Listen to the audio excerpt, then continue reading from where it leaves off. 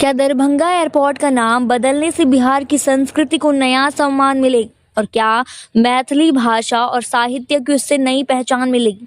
और क्या केंद्र सरकार इस मांग को मानने के लिए तैयार होगी? नमस्कार, मैं हूँ राधा राणा और आप देख रहे हैं आर्यभट्ट टाइम्स। बिहार की राजनीति और संस्कृति से जुड़ी एक बड़ी खबर सामने आई है। जनता दल यूनाइटेड के कार्यकारी अध्यक्ष और राज्यसभा सांसद संजय कुमार झा ने दरभंगा एयरपोर्ट का नाम बदलने की मांग की है। उन्होंने सरकार से अपील की है कि इस हवाई अड्डे का नाम कोकिल विद्यापति एयरपोर्ट रखा जाए। कौन थे विद्यापति और क्यों उनकी याद में नाम बदलने की मांग? दरअसल विद्यापति बिहार के प्रसिद्ध मैथिल कवि थे, जिनका योगदान भक्ति साहित्य और मैथिली भाषा को समृद्ध करने में बेहद अहम माना जाता है। उन्हें कवि कोकिल भी कहा जाता है क्योंकि उनकी कविताओं में अद्भुत मधुरता और भावनात्मक गहराई थी। बिहार, खासकर मिथिला क्षेत्र में विद्यापति का नाम अत्यंत श्रद्धा से लिया जाता है। राज्यसभा में सांसद संजय झा ने इसी विरासत को सम्मान देने के लिए यह मांग उठाई कि दरभंगा एयरपोर्ट का नाम विद्यापति के नाम पर रखा जाए। यह सिर्फ एक नाम बदलने की बात नहीं, बल्कि बिहार की ऐतिहासिक और सांस्कृतिक पहचान को बढ़ावा देने का एक प्रयास है। नीतीश कुमार पहले ही कर चुके हैं यह मांग। संजय झा ने सदन में यह भी बताया कि बिहार के मुख्यमंत्री नीतीश कुमार पहले ही इस मांग को केंद्र सरकार तक पहुंचा चुके हैं। उन्होंने केंद्रीय नागरिक उड्डयन मंत्रालय को पत्र लिखकर यह अनुरोध किया था कि दरभंगा हवाई अड्डे का नाम कवि कोकिल विद्यापति एयरपोर्ट रखा जाए। इतना ही नहीं, बिहार विधानसभा और विधान परिषद ने भी मार्च 2021 में इस संबंध में एक प्रस्ताव पारित किया था, लेकिन अब तक इस पर कोई ठोस कदम नहीं उठाया गया। नाम बदलने की मांग क्यों हो रही है? अब सवाल ये उठता है कि आखिर नाम बदलने की इतनी जरूरत क्यों महसूस हो रही है? दरअसल दरभंगा एयरपोर्ट मिथिला क्षेत्र के लिए गर्व का विषय है। मिथिला भारत की प्राचीनतम सांस्कृतिक धरोहरों में से एक है और विद्यापति इस क्षेत्र की सबसे महान विभूतियों में गिने जाते हैं।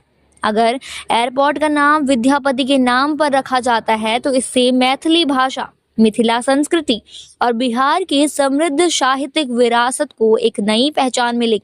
यह सिर्फ एक नामकरण नहीं है, बल्कि संस्कृति और भाषा के प्रति सम्मान प्रकट करने का एक बड़ा कदम हो सकता है। राजनीति में उठ रहा है ये सवाल, लेकिन इस मांग के पीछे सिर्फ सांस्कृतिक महत्व ही नहीं, राजनीतिक समीकरण भी देखे जा रहे हैं।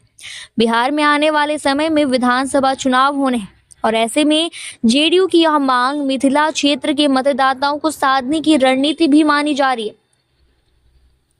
क्या यह मांग सिर्फ एक सांस्कृतिक पहल है या इसके पीछे चुनावी गणित भी छुपा है? क्या केंद्र सरकार इस प्रस्ताव को स्वीकार करेगी? और अगर हाँ, तो इसका राजनीतिक असर क्या होगा? बिहार के मिथिला क्षेत्र में विद्यापति को महाकवि माना जाता है। उनकी लिखी गई कविताएं संस्कृत, अवहट और मैथिली में थी। उनकी रचनाओं का प्रभाव हिंदी साहित्य से लेकर बंगाली साहित्य तक देखा जा सकता है। उनकी भक्ति रचनाएं कृष्ण भक्ति से जुड़ी हुई थी और उनकी काव्य शैली को देखकर उन्हें मैथिल काव्य का जनक भी कहा जाता है। उनके नाम पर हवाई अड्डे का नामकरण होना मैथिली भाषा को सम्मान देने की दिशा में एक बड़ा कदम होगा।